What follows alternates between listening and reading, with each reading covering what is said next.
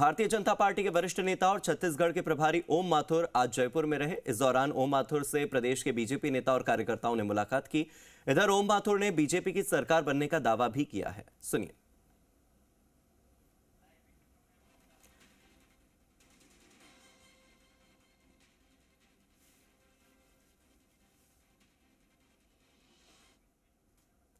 और मेरे सहयोगी विष्णु भी मेरे साथ जुड़ गए हैं। सीधे विष्णु का रुख कर लेते हैं। विष्णु, ओम माथुर आज जयपुर में है। वैसे भी ओम माथुर का जो पुराना राजनीतिक करियर रहा है वो राजस्थान में रहा है, और वो अगर ये बात कह रहे हैं कि बीजेपी की सरकार बन रही है तो कहीं ना कहीं उन्होंने अपने समीकरण देखे होंगे। उनका जो गणित है वो बिल्कुल फिट बैठता हुआ उन्हें दिखाई दे रहा होगा, तभी इतना बड़ा बयान उन्होंने दिया है। विष्णु,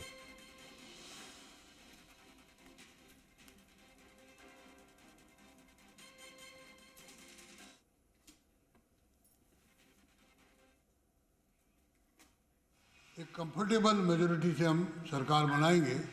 उसके पीछे कारण ये भी है कि लगभग हमने 55 ऐसे नए चेहरे 90 में से उतारे हैं, और एक सबसे बड़ा 2 इश्यूज लेकर मैदान में गए थे।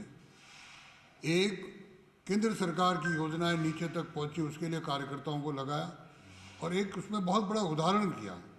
प्रधानमंत्री आवास योजना की 3 किस्तें सेंट्रल की वहाँ जा चुकी थी, लेकिन राज्य सरकार ने अपना हिस्सा नहीं देने से लगभग 8 लाख व्यक्ति या घर बिना घर के रह गए परिवार। उसका हमने बड़ा आंदोलन किया जाते ही, और 8 से ज़्यादा हमने लगभग 12 लाख फार्म भराए डोर टू डोर जाके, कि जिनकी 3 किस्तें केंद्र की आई और उनको राज्य सरकार का पैसा नहीं मिलने से मकान से वंचित रह गए। और वो मुझे लगता है कि छत्तीसगढ़ के इतिहास में पहली बार इतनी बड़ी ऐतिहासिक रैली हुई होगी, उसका मैसेज गया।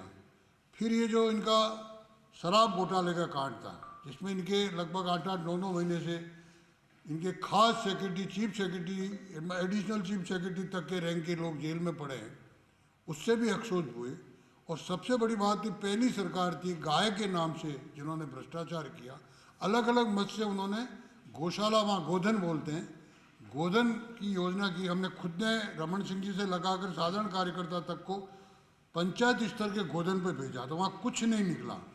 यानी गाय के व्यवहार में भी और गोबर में भी जो खरीद की बात हुई, उसका भ्रष्टाचार भी उजागर हुआ। और केंद्र सरकार की योजनाओं को कैसे फ्लोर पे लाया जाए, ये सारा विषय जब फ्लोर पे आया तो मैं मान सकता हूँ इन सारे विषयों को लेके कि भारतीय जनता पार्टी